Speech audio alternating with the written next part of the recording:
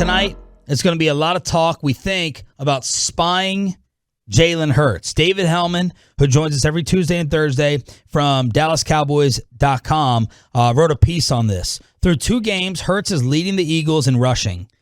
144 yards on just 17 carries. By the way, last hour we made our picks. RJ and I both have the Cowboys winning by more than 3.5. That would cover the spread. And we both have the under in this game. But not that you're necessarily betting it, right? You're not betting it? No, I'm not going to bet this game. If I were to bet the game... But you said you didn't understand why... I'm sorry. I am betting I'm betting the spread, not betting the under. Okay. I'm betting Cowboys 3.5. Okay. Is Micah going to spy Hurts, or is he going to be up front? They're missing their left tackle. Like, Keanu Neal's out because of COVID.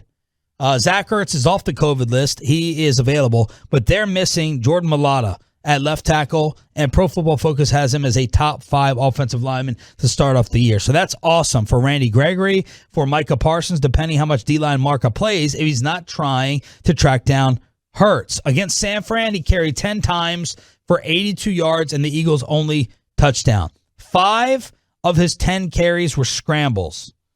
All right, 69 yards on those broken plays. He picked up 21% of their total yardage by breaking contain and scrambling upfield.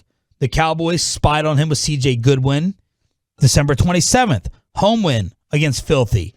So they spied on him there. He still had 69 rushing yards. 6 scrambles, though, went for just 25 yards, had a fumble that Jalen recovered, probably did not celebrate it very much. He's 84 yards shy of joining Lamar as the only quarterbacks with 500-plus rush yards in his first 7 career starts. He's completed 56.5% of his passes with an 8-3 TD to pick ratio. So you know he is going to run, ranks 3rd in the NFL in rush yards on design runs. What do you want to see with Micah tonight with all that info? Amazing info I just gave you that I stole from Dave. I want to see him rush the passer.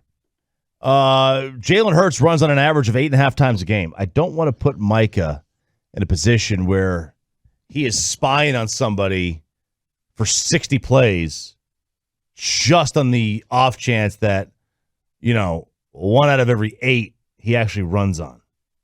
I don't know that I think that's a wise thing to do.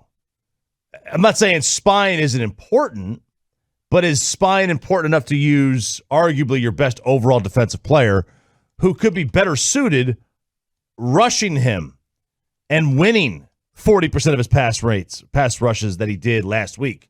Again, he won 40%. That is elite. That doesn't happen. And he won 40% of 39 to be exact. So I would like to see Micah be utilized in a more valuable status and place. I went and looked at like a positional value pyramid on how analytically these positions are ranked. Obviously, the top of the pyramid all by itself is quarterback. And then the next one, the second level of the pyramid, is left tackle, primary corner, number 1 wide receiver, and primary edge rusher. So that is right there. The third tier is like your nose tackle. And then your fourth tier is your safety, your 5 tech, your second edge rusher, and your interior linebacker, inside linebacker. I don't want to waste Micah Parsons on a 4th tier. I want to use him in the second. And, I had to go do some digging. Beyond that, if you want to spy, like you said, C.J. Goodwin spied on him. Isn't that a special teams guy? Ain't nothing special. Right. C.J. Goodwin's not this great. He's an open field tackler. That's what you need. I think they can get away with spying on him with somebody other than Micah. Doesn't mean that you can't have Micah there sometimes, because you may not have him on the line every single time. You could have him on the line for 30 plays. You could have him in linebacker a couple times. One thing that needs to happen, this linebacking coverage needs to get better. They are a liability in pass coverage. The linebackers. Yeah. A liability. This year. That's why we drafted Jabril Cox. Right. Absolutely. This year, Micah Parsons is allowing 71% completion percentage. Leighton Vander Esch, 100%. Keanu Neal, 100%. Jalen Smith, 89%. Now, you could say, yeah, their linebackers are usually having guys that are covering them getting checkdowns. Yes, that's true. Sometimes it is the running backs. It's also tight ends. It's also running backs that are actually running routes. Their coverage is bad. They need to be able to get to the quarterback.